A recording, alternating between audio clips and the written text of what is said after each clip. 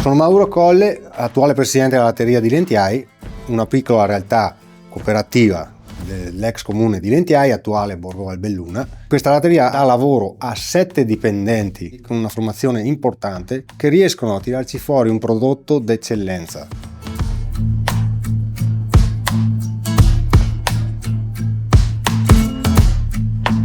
Abbiamo dovuto fare degli interventi necessari per la conservazione, la trasformazione dei prodotti nostri, perché la struttura era antiquata, più di 100 anni, avevamo delle strumentazioni obsolete per una sicurezza alimentare, per raffrescamento ideale dei nostri prodotti, una sostituzione del furgone del latte che era obsoleto, ormai era vecchio anche quello, e la macchina per la conservazione sottovuoto dei nostri prodotti. Bisognava prendere una macchina più importante, più grande, più veloce, più sicura e appunto rimodernare. Abbiamo partecipato a un bando del GAL Prealpi Dolomiti Bellunesi.